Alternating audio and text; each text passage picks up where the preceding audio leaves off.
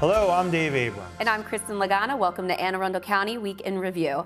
Today we'll preview the annual Housing Expo and we'll tell you what a fooser is. But first, making headlines. We promise to keep you updated on the process as the County Council debates how to impose a stormwater fee. So here goes. The Watershed Protection and Restoration Fund and Program is a mandate from the state of Maryland for counties to charge a fee for work to repair rivers and streams. The original legislation considered by the council charges the fee on residents and businesses to raise about $26 million a year for capital projects, which would allow the county to finance about $100 million a year total for the work. Over the last several months, the legislation has had almost 50 amendments. The council and county executive Laura Newman are very concerned about the sticker shock some businesses, nonprofits, and churches would have if they open their property tax bills in July. So they have made some changes. Residents will see a 3-tier fee. If you live in a townhouse, you will pay $34 each year for stormwater projects on your property tax bill. If you live in a single-family home, you will pay $85. And if you live on a larger residential property, you will pay $170 a year. For businesses, churches, and nonprofits, the bills could have been much higher, some into the thousands of dollars. Here are some of the changes the council and administration made. Religious institutions will pay no more than $1 for the fee because of concerns that the new bills will hurt their ability to do charitable work in the community. Businesses in multifamily units with a bill of more than $500 will see a phase-in of the fee. They will pay 60% of their fee this year and 100% next year.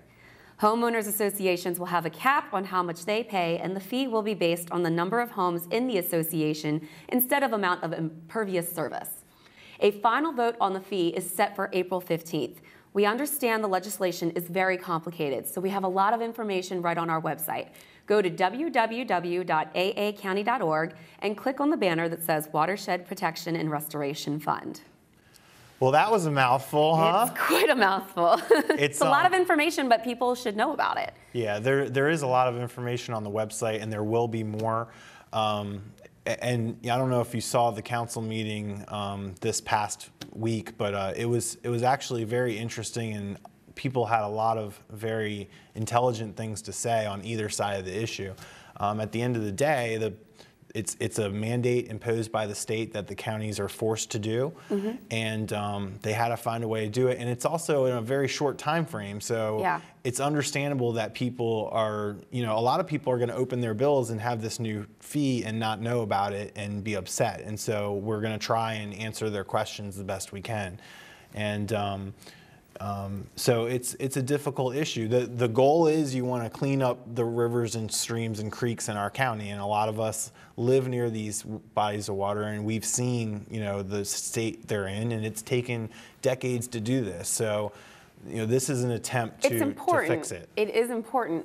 Do you feel that with such a short time period that counties are kind of taking a nod from each other to try and figure out what they're doing with the state's decision, or do you feel like everyone's kind of just on their own trying to figure everything out? Absolutely, they're all looking at what the other one is doing. The thing is, Anne Arundel County, we have more shoreline than just about any jurisdiction in the country. Yeah. So we have way more water going on here. We're getting pretty impacted. I mean, maybe the good side of that is that people here, I think, understand that we need to do something. And so the challenge has been doing it in a way that's fair. Right. And it's not easy to do because everybody has a different kind of property. There's, these churches that, they have big parking lots, and, it's based on impervious surface, which is, the rain washes the pollutants off of roofs and off of roadways, the oil, the sediment from construction projects. It all washes down like a drain into the rivers. And so these projects are a technique where you try to create sort of a sponge or a filter on the shoreline that will catch this stuff before it gets into the water. So there's a lot of science, there's a lot of stuff. I wish we had my bestie here today. She works for DNR. Oh, this is all her area. Sure she'd have a lot to say on it. Yeah. And I mean, the good thing is, we're going to do our best to show people how this works. So hopefully they'll see, if one thing Anne Arundel County is known for is that we spend taxpayer money wisely. Yes. We try to be very frugal in what we do. So I think people are going to be able to see how this works. And you'll see where your money's going, absolutely. They'll accept what the goal is. Very good. Well, Kristin, we want to remind everyone that this is Back to Work Month. We had Kirk Murray from Workforce Development on the show a couple weeks ago, and he talked about all the events that we have on tap. We're also going to run a promo for the events during the break, so stay tuned for that. But we want to give everyone a rundown because we all know the job market is still really tough out there. We're going to put some graphics up on the screen, so get out your pen and get ready to take notes. All of these events are absolutely free. Let's start with an event on Monday, April 8th. It's called A Night with Economist Aniban Basu. Now, Kristin, that's not like a party or anything, in case you were wondering. If you don't know Aniban, he is really one of the best experts on the local economy. He knows all the trends specific to our county and where the jobs are coming. County Executive Laura Newman will also be at the event, so maybe you can ask her a few tips about being a CEO or an entrepreneur. Let's go to April 11th. This one is called What Employers Really Want. You'll have a chance to hear directly from employers in growth sectors what they are looking for. Be sure to pre-register before you go. Now we got two more, Kristin. How about tips on how to get a security clearance? Okay. We've got that one too. It's on the same day as the seminar on what employers are looking for. Of course, with NSA and Cyber Command and all the defense jobs around Fort Meade, this one can help you land a great job. And finally, a trick everybody needs to know, how to polish up your resume. The workshop is called Rapid Resume, and it's a walk-in clinic to go over your resume with an expert for 30 minutes. There are several sessions starting at 10 a.m. This will tell you how to get noticed and, most importantly, what not to do. You don't have to reserve a spot for this one. Just show up and the experts are ready to help on a first-come, first-served basis. Now, this is just a small sampling of the seminars and workshops this month, but it shows how much you can do in just 2 days. There are many more locations, times, and topics. Go to www.aawdc.org for more information, or go to our website, www.aacounty.org, and click on the banner that says Back to Work Month. Those sound like some really good workshops. It's amazing. I mean, seriously, we just looked at a small sampling there. If you go to the website, there is a list. There's like 3 events a day. I can't believe they're all free. For a month. They're free. All free. I mean, for assistance with your resume, some folks will charge a good hefty penny, like $75 to $150, and to be able to go talk to these rapid resume people for free is pretty. I know, and it's funny nice. You mentioned that because when I was in college, I tutored people on writing, and one of the things I did was I tutored on resumes, and I didn't get paid anything for that, Kristin. Oh. Well, you were missing out. That would have been some good college cash there, Dave. The other thing is it was a while ago, so I'm not sure that my resume abilities are the same, you know. Things change. I think that there's always new trends that employers are looking for. Well, first of all, you have an age difference, of course. I mean, as your HR department's changing, so younger eyes might look at something differently. So you have to take that into consideration. There's always new trends with doing things electronically and stuff like that. So. Well, and it's funny you mentioned the age issue because there's also seminars specifically geared to that. So, yeah. So really, we just touched the surface there. There's a lot more that you can check out. So go to the website and definitely take advantage of the opportunity. A lot of good information there. Well, Dave, we could all use a little help decluttering sometimes. Lord knows I could, and that's the truth.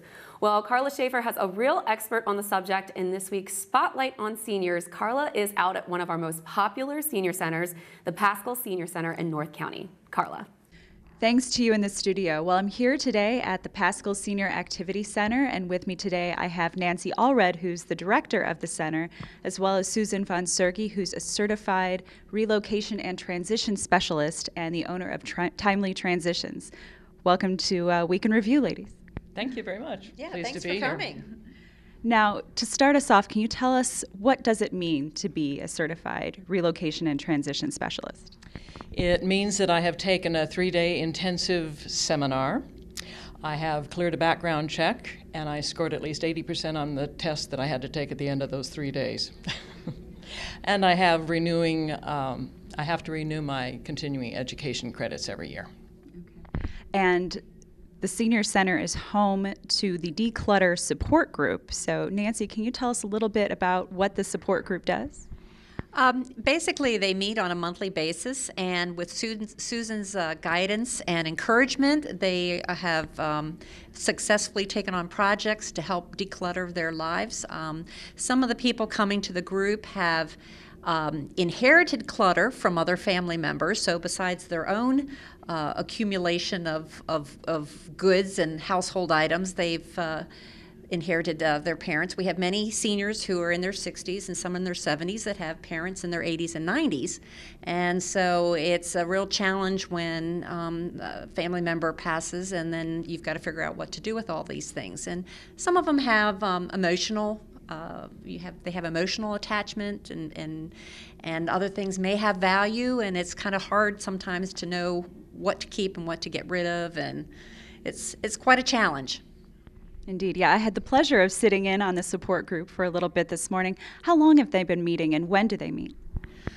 They meet the first Monday of every month, starting at 9:30 in the morning, and you don't need to register. You can just come in and see if you find it helpful. And I'm not sure how it's been, 2 years? Celebrated our second anniversary last October. Yeah. So we're pushing 3 years. Yeah. And I understand, Susan, that you have a very important event coming up. It's going to be Thursday, May 2nd, right here at 1 p.m. It's don't downsize, right size your life. Can you tell us a little bit about your seminar? Yes, it's basically the premise is to take an inventory of things that you have in your life now and whether they still pertain to your life. The possessions that we need to have around us should be things that support our current lifestyle and that we find pleasing and that we use. Not necessarily things that we think we might need or things that we've had for 20 or 30 years. Just because a possession comes into your life at one point doesn't mean that you're the guardian caretaker for that item for the entire time that it's on this earth. And people need to sometimes have permission, give themselves permission to let go of things. So we try and take a look at how you go about deciding what things are useful, and also some of the difficulties that we have in letting go of things that we probably shouldn't be keeping in our lives. And then the last segment of that, I like to give an outline of how to do an organizing project yourself, because working with a professional organizer is not for everyone, and I'm hoping that some people can achieve some of this on their own. Well, I think it's worth mentioning that the seminar is free. Can you tell us how people can register for the seminar and who should come? Basically, anyone who has need of clearing out some of the items in their house, or who believes that they will be helping a family member do this, are welcome to come. And I believe they can register simply by calling the senior center here. Absolutely, and they can call 410-222-6680 to register, and as Karla said, it is free, 1 to 3 on Thursday, May the 2nd. And I'd also mention that this is kind of a population, too, that they may be at a time in their life where they're not going to be doing the active gardening that they once did. So do they really need to keep all those garden tools and the lawnmower and things like that? Or maybe seniors may be considering moving to a smaller housing situation. So there may be furnishings that they no longer need. So it is a population that, whether people are doing this for themselves or whether they're doing it in anticipation of helping a family member who needs to kind of adjust to transition to a different stage of their life, it is an opportunity to come and learn and have the support of other people who are experiencing similar challenges. Sometimes I learn as much from the people attending these seminars as I think that they learn from me. They're people who have managed some segment of this themselves are more than willing to share how they got through it and what the situation is with them. And there is safety in numbers, you know. Definitely. Well, I know after sitting in for about 10 minutes, I started to think to myself about the clutter in my own life and how I need to prioritize things. So I definitely understand. Well, thank you so much for being on the show today, both of you. And if you want more information, as Nancy said, just call the Paschal Senior Center. If you want any information on any of our programs, just feel free to call the Department of Aging at 222-4464. Thanks, and back to you in the studio. Thanks, Karla. Now, Dave, I hope you go home and apply some of these tips to your closet. It is spring cleaning time after all. I do need to do that.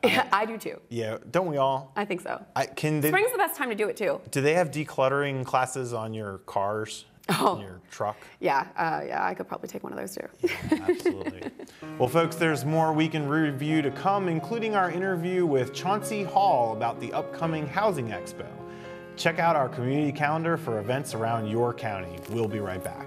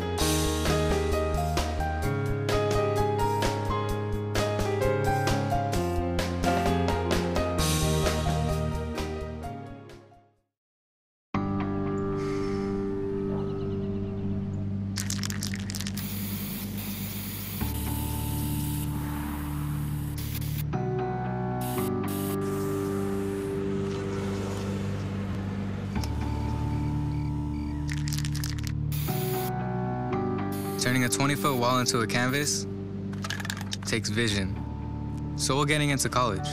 I've got what it takes. So do you. Welcome back, folks. Well, we're very glad to have a special guest on the show today. The Housing Expo is coming up this month, and the housing market is heating up. So we have Mr. Chauncey Hall from Anne Arundel Community Development Services, and thank you for being on the show. Thanks for having me. And so tell people, you know, we were just talking off camera, but what's the housing market like right now, today, a snapshot in time? It actually is a great time to buy. The interest rates are probably the lowest we have seen in years. There's a lot of inventory as far as houses available.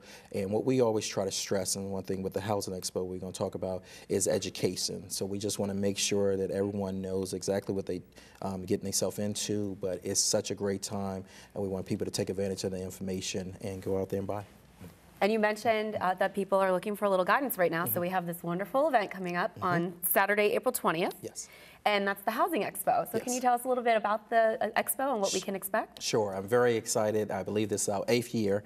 The county's Housing Expo, again, is Saturday, April the 20th, from 10 a.m. to 2 p.m. It's going to be open to the public, and it's going to be free of charge. And what we're going to do, we're going to have lenders, agents, housing professionals, nonprofits, and other professionals there to talk to people about buying a house, about rental programs, and also for current homeowners that's looking to do any improvements on your house. So we try to do a little bit of everything related to housing to have like a one-stop shop. Very good. Now, Chauncey, I've actually been to the Housing Expo, and it is a great event. And I went there as a first-time home buyer and learned a whole lot. Nice. And actually, we could talk all day about this, but if you had to pick something out, what do you think is the biggest thing that first-time home buyers don't know about that they can learn about it?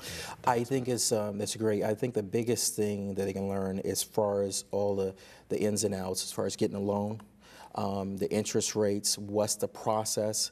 We have a course that we're going to teach at the Housing Expo, and it's amazing just the basic things that we go over that most of our clients don't understand. So learning as far as how to find a lender, find the application process, finding a house, we walk them through step by step, and they feel more confidence, they're ready to buy a house.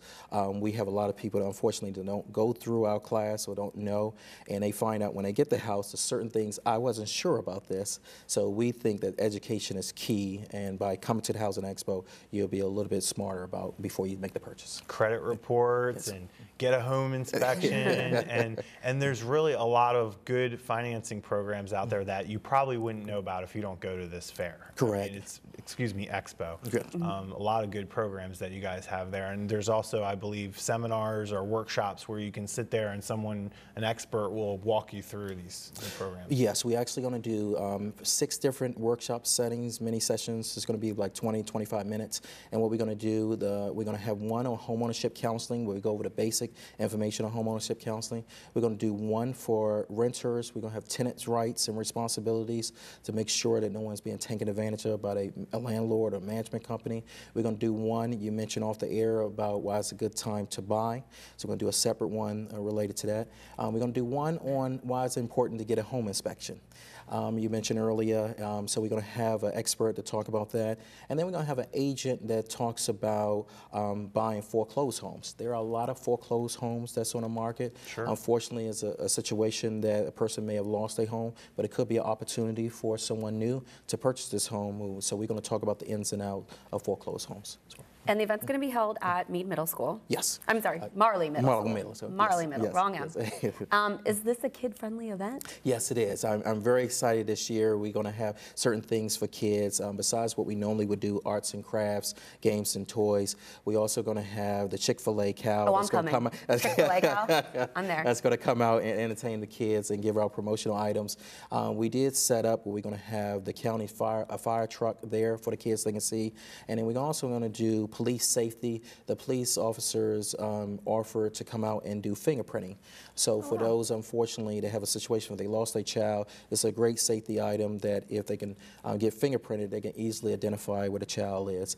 So we're very excited. We're going to have refreshments. So we're looking at more of a family-oriented event, keeping in mind that we know we want to focus on homeownership. And a door prize, I believe? Yes, we're going to have maybe 6 or 7 door prizes and one grand prize of $500 towards closing costs and down payment for a future homeowner. You don't have to be present, but we do have restrictions as far as you got to register when you come in, and that's very excited, and I'm looking forward to that as well. Well, folks, closing costs, that's another one you want to learn about, and Chauncey and the folks at ACDS are there to help. So, you know, please, if you're in the market or you're thinking about buying a home, this is a really good way to learn what needs to be done. And we're going to take a quick break, and we'll be right back. Coming home can be hard if you're a veteran of Iraq or Afghanistan. You may feel like you're all alone, but you're not alone. At IAVA.org, your fellow vets are all around you.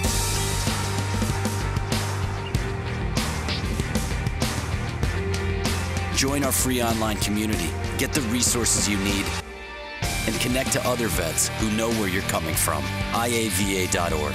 We've got your back.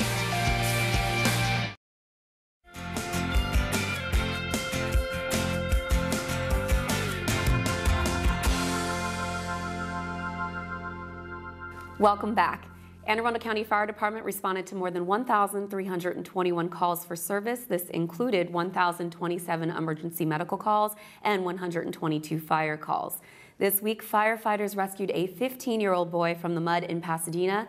An early morning accident claimed 3 lives in Odenton, and a 2-alarm fire destroyed a home in Lake Shore. To tell us more is Division Chief Keith Swindle of the Anne Arundel County Fire Department. Chief. Thanks, Kristin. Around 1:30 p.m. on Friday, March 30th, 911 received calls for an individual stuck in the mud at Water Oak Point and Old Water Oak Point roads in Pasadena. Upon arrival, firefighters found a 15-year-old male submerged to his waist in mud at a dredge site. It took fire department personnel approximately 50 minutes using gram pads to remove the individual from the mud. He was transported to the University of Maryland Shock Trauma Center in Baltimore with serious but non-life-threatening injuries. No other injuries were reported. At approximately 12:37 a.m. on March 31st, 911 began receiving calls for a single vehicle collision at Piney Orchard Parkway and Riverscape Road in Odenton. Arriving personnel found a single vehicle collision involving a vehicle that had struck a light pole and tree. 4 occupants of the vehicle were trapped as a result of the collision. A 23-year-old male victim was extricated from the vehicle by rescuers and transported to the University of Maryland Shock Trauma Center in Baltimore via Maryland State Police helicopter with life-threatening injuries. As a result of their injuries, 2 male and 1 female, all 22 years of age, were pronounced dead at the scene. The cause of the collision remains under investigation, however, speed is believed to have been a factor. Finally, around 1:30 p.m. on April 2nd, multiple 911 calls were received reporting a dwelling fire in the 100 block of Kentucky Avenue in Lake Shore. The first unit to arrive on the scene reported a 2-story single-family home well involved in fire and immediately requested a second alarm assignment, bringing a total of 66 firefighters to the scene. The incident was placed under control within 45 minutes and caused in excess of $250,000 in damage to the home. 3 adults and 1 child were displaced from the home and did not require Red Cross assistance. The exact cause of the fire remains under investigation and no injuries were reported. Kristin? Thanks, Chief. Home improvement contractors working at a home on Kentucky Avenue alerted the 2 adults and a child who escaped the home unharmed. And the other good news, Kristin, on that is the county is going to take some steps to try and shore up that sediment pond or what have you up in Pasadena. Very good. The thing is, it's like the county executive said, it's very appealing to kids. It's got water, it's got mud. Yeah. It's like you want to go play over there. So it does already have fencing and some security measures, but they're going to put a perimeter fence around it to try and keep folks out. So kids, stay out of the sediment pond.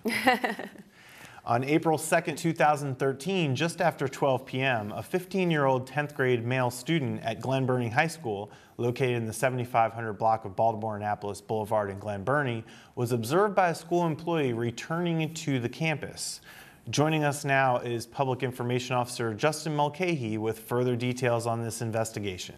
Justin. The student was confronted and escorted to the office where school officials questioned his reasons for leaving campus and then returning. The student's responses raised some questions to school administrators. They then searched his book bag and found a loaded .22 caliber handgun containing 7 rounds inside of his book bag.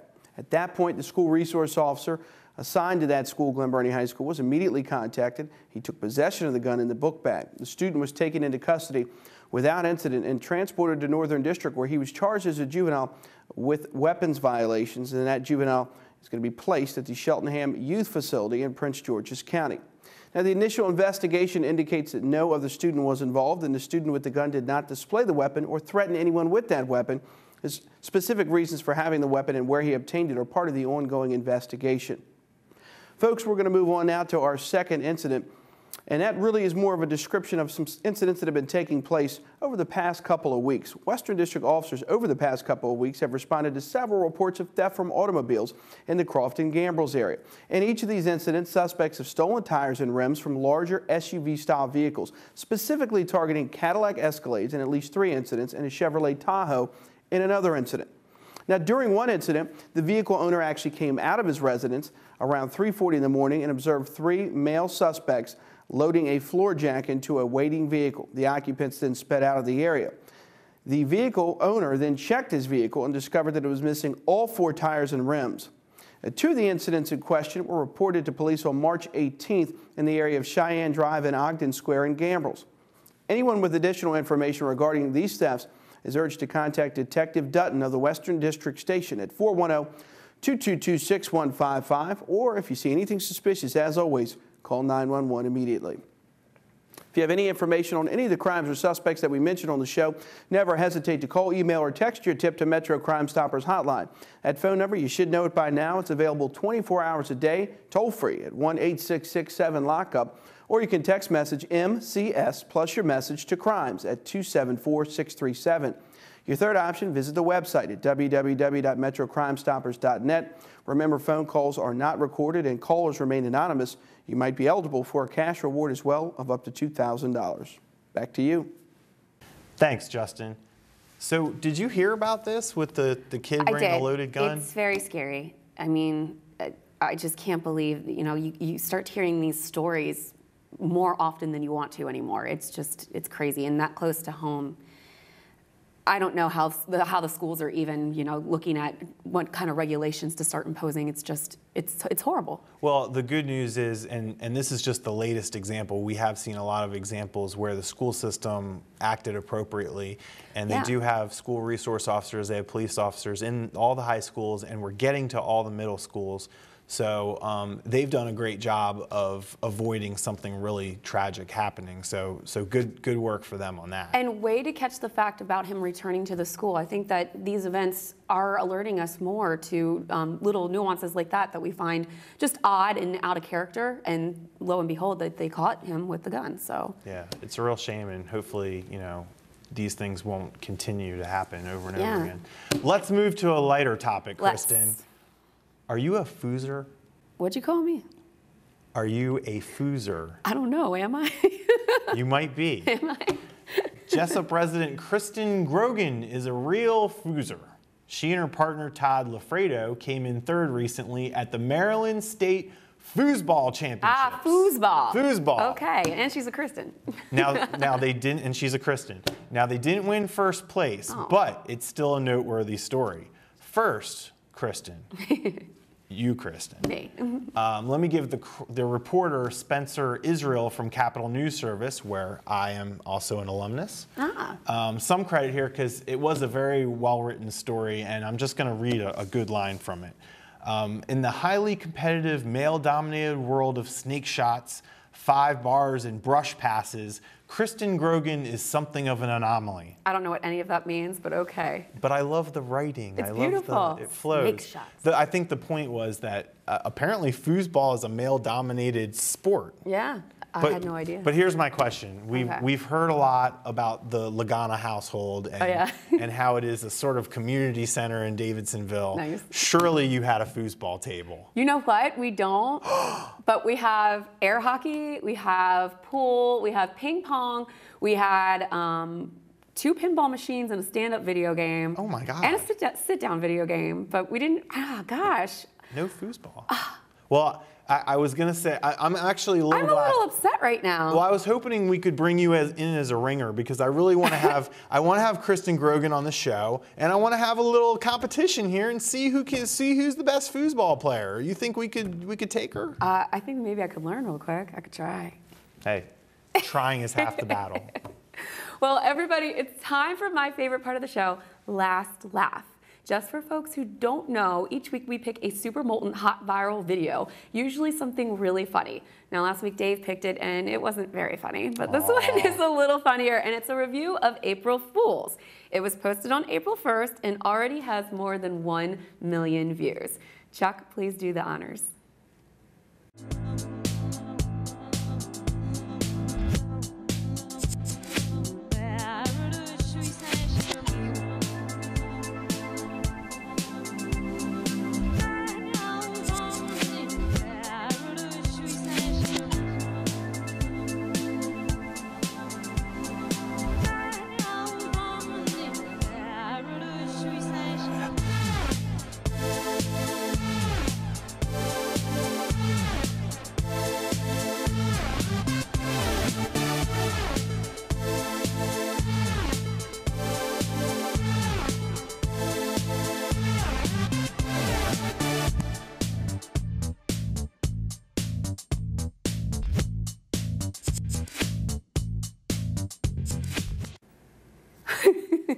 That's pretty hilarious.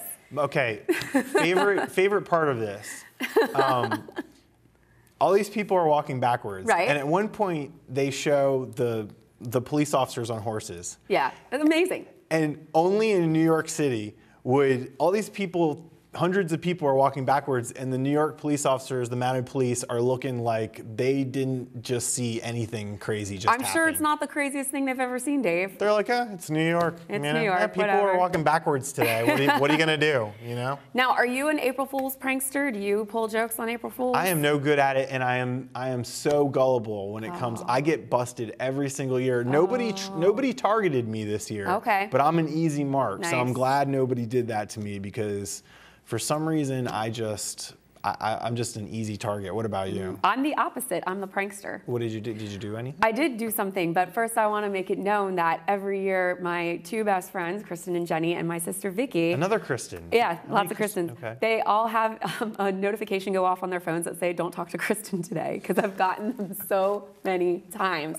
And when I lived at home, I used to pull things on my parents, like turn everything upside down in the cabinets and mixed the sugar and the salt up, so when they had their coffee, like they had salt instead of sugar and things What like is that. with your house? It's like a fun house. My house is awesome. It's like the Lagana house is family awesome. circus. And since we are talking about the Laganas, I just want to give a quick birthday shout out to my mom Sherry and my sister Vicky because they have their birthdays, my little Aries girls. So Happy birthday, Mama Lagana and Sister Lagana. Sister Lagana. Yeah, but this year I got a bunch of people on Facebook. I had everyone convinced I was moving to Philly, that I got a new job. And I had put up something real nonchalant about like, man, it really sucks. I got to pack everything today. And everybody was like, where are you going? Like, this isn't real and blah, blah, blah. And at the very end, like at midnight, I was like, April Fools. Facebook. All these people Facebook's so gullible. messaging me, are you really going to Philly? Are you going to be a Phillies fan? I was like, even if I left, I would never stray. You serious? That's a pretty good one. So yeah, that was my joke. But What's Dave, the best one you've ever done? The best one, well, I can remember practically giving my mom a heart attack calling from college and telling her I was pregnant. Parents, what can I say? The other thing I did, I remember one year, I took all these little, they were fake frogs and lizards, but they looked real. They looked awesome. And I put them all in my sister's sink. So when she woke up and went in to brush her teeth, I heard a loud scream. Sisters, I do crazy stuff like that. Sisters. Yeah. But every year I try to do, I love April Fools. I think it's funny. So to me, whatever. Dave, the weather's getting warmer, and Yes. I wanted to Slowly. ask you. It's getting warmer slowly, and opening day and all that stuff. Baseball has started. Lots of good ballpark food is coming up in our futures, and I wanted to talk to you about your favorite subject, food. Food is my favorite subject. Food. So as folks at home are getting those grills ready, I wanted to know what's the best thing you ever ate? What's your favorite grill items? Anything that you can give as a tip to the viewers at home? Well, first of all, we are serious into grilling Okay. at my house. And we grill all year round. Nice. I will say that I have a backup gas tank You are for serious. my grill, and both of them are empty. One ran Oh out my just gosh. last night. Okay. The chicken was on there, and I had to put it in the broiler. That's how bad it was. It You are serious. tasted pretty good, though. Yeah. What was the question? What was Do you my have favorite- any good recipes you want to share with folks at home? What's the best thing you ever ate? I'm not a recipe person because I Okay. don't. That's Any too much techniques work. on the but grill? I'm a grill guy. Yeah, and so any I'm pretty good technique? at the grill. Okay. When you're doing your ribs or something, is there something that you would like to pass on? It's really a feel, Okay. A lot of people, look, if you want a good tip, people use the meat thermometer. That's Okay, so that use the way meat you know thermometer. you're not going to mess it up. Yes. Of course, I'm not that smart. I just kind of go by what it looks like, how long it's been on, and kind of a feel for it. Any secret sauces? No secret No sauces rubs or because mixes? it's real simple actually. I mean, I know people that do all that stuff, but simple things like marinating your chicken in lemon and salt is just fine and tastes delicious. Let the flavor of the meat shine through, folks. is what But Dave favorite is foods, saying. I mean, I could go on for days. You don't have like a best. I'm asking the love- best thing you ever ate because that's on the Food Network. It's one I of my love favorite shows. every kind of ethnic food. I love spicy food. Oh, really? Like I love Indian. spicy, too. I like Indian. I like Mexican. I like Chinese. I like super hot stuff. When I was in college, there was a Burmese restaurant. Nice. I went to College Park, and there was a Burmese restaurant there, and they had mild, medium, hot, and then star system 1, 2, 3, 4, 5 wow. stars. And I would walk out of there. My lips would be purple. My eyes would be tearing up. But you were fine. A mess. And you were I wouldn't excited. say I was fine. I mean, I'd have a big pitcher of water. Nice. What about you? What's your? Oh, well, actually, on top of that, there was this place that we had to sign a waiver for my girlfriend to get some chicken wings. A waiver? Yeah, it was some kind of challenge. I'll have to look it Did up you have to for take you. an oath too? Oh, no, but if she had to promise not- sign a waiver, it was like the hottest spice, and my girlfriends and I were watching her eat these, and I was like, I guess I'll try a little piece, and I almost died from the little piece, but she ate all the wings. And I was like, are you think- okay? See, I think for you, it's not so much what your favorite food is; it's the exclusions to your eating. Correct?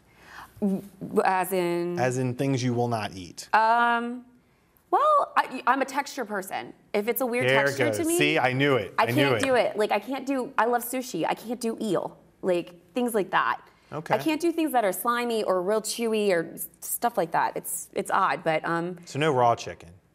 well, yeah, no raw That's not chicken. safe. I'm sorry. Is that one of your favorites? No, I don't like raw chicken. Oh, okay. But yeah, we were talking on the break about weird foods. Is there anything weird you do? weird. I can tell you something I do. What? I love Doritos on tuna fish sandwiches. It's like a cold, crunchy tuna melt to me. I've actually heard of that. Yeah, I love it. It's like my favorite. No. No? Sorry, got nothing for you. Well, I hope that everyone is enjoying a nice meal at home and that you all are picking up great grilling tips. If there's anything that you want to send to us to sample, you can reach Dave and I here at the studio. That's right. It has been pitched at times that we should have a county show about food, and I go around and eat places. Yep. Any samples you want to send, shoot them on over. I don't need to eat anymore. Folks, that wraps up this week's edition of Week in Review. You can watch this episode online anytime at www.aacounty.org. Archived episodes are available at blip.tv and YouTube. You can also subscribe to the free video podcast at iTunes or like us on Facebook at Arundel TV. Please tune in next week for more highlights and news from around your county.